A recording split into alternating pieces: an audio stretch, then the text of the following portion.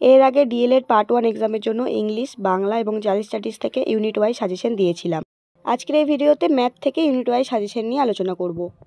তো দেখো, ম্যাথের প্রথম ইউনিট আছে গাণিতিক জ্ঞানের প্রেক্ষিত 1। এখান থেকে 2 মার্কসে যেগুলো করবে, নাম্বার 1 গণিতে যে কোনো একটি সংজ্ঞা দিন। নাম্বার 2 গণিতে দুটি প্রকৃতি উল্লেখ করুন। নাম্বার 3 গণিতে যে কোনো দুটি বৈশিষ্ট্য লিখুন।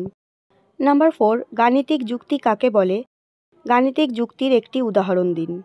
নাম্বার 5 গাণিতিক ভাষার দুটি বৈশিষ্ট্য লিখুন। নাম্বার 6 গণিতে যোগাযোগ প্রক্রিয়া যে কোনো 4টি বাধার উল্লেখ করুন। নাম্বার 7 প্রাথমিক স্তরে গণিত শিক্ষার প্রধান লক্ষ্য কী। নাম্বার 8 গণিত শিক্ষার দুটি উদ্দেশ্য বা গুরুত্ব লিখুন। নাম্বার 9 গাণিতিক চিহ্নের গুরুত্ব কী। নাম্বার 10 গাণিতিক যোগাযোগ প্রক্রিয়া কাকে বলে অথবা গাণিতিক যোগাযোগ কিভাবে করা যায়। নাম্বার 11 গাণিতিক উপস্থাপনার ভিত্তি কী।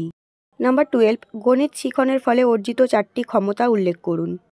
নাম্বার 13 গণিতের আন্তর্জাতিক লক্ষ্য কী অথবা দেখান যে গণিতের ভাষা আন্তর্জাতিক।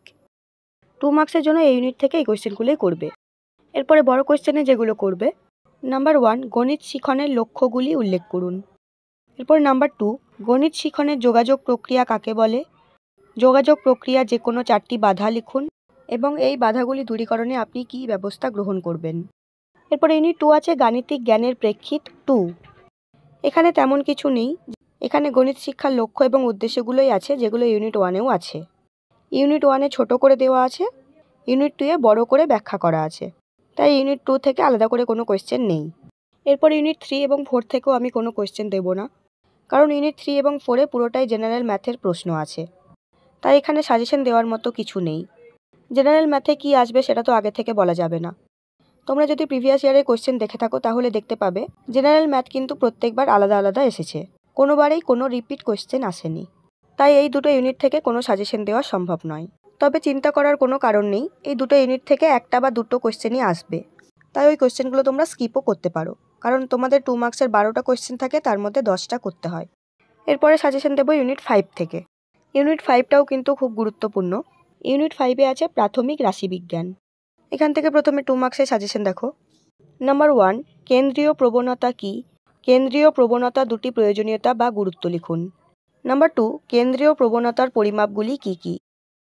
নাম্বার 3 আদর্শ বিচ্যুতি ও গড় বিচ্যুতি কাকে বলে। নাম্বার 4 বিষমতার পরিমাপ কাকে বলে, বিষমতার পরিমাপে দুটি প্রয়োজনীয়তা বা গুরুত্ব লিখুন। নাম্বার 5 বিষমতার পরিমাপগুলি কী কী। নাম্বার 6 চতুর্থাংশ বিচ্যুতি কী। নাম্বার 7 ভ্যারিয়েন্স বা ভেদাঙ্ক কী। নাম্বার 8 নির্দিষ্ট চলরাশি কী। নাম্বার 9 হিস্টোগ্রাম বা আয়তলেখ কাকে বলে।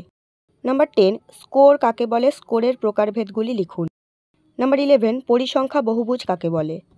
নাম্বার 12 পরিসংখ্যা বণ্টন বা পরিসংখ্যা বিভাজন বলতে কী বোঝায়।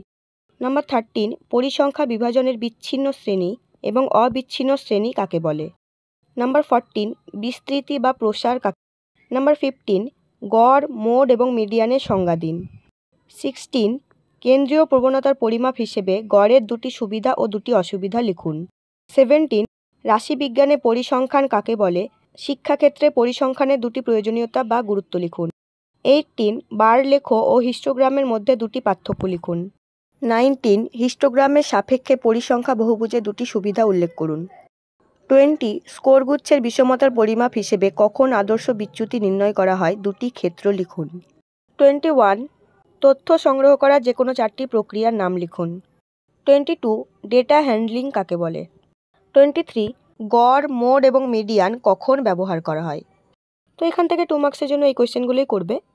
এখান থেকে বড় কোয়েশ্চেন তেমন আসে না, তাই এখান থেকে কোনো বড় কোয়েশ্চেন না করলেও হবে। তো আজকে এই পর্যন্তই সাজেশন দিলাম। এরপরের ভিডিওতে বাকি ইউনিট থেকে গুরুত্বপূর্ণ কোয়েশ্চেনের সাজেশন নিয়ে আলোচনা করব।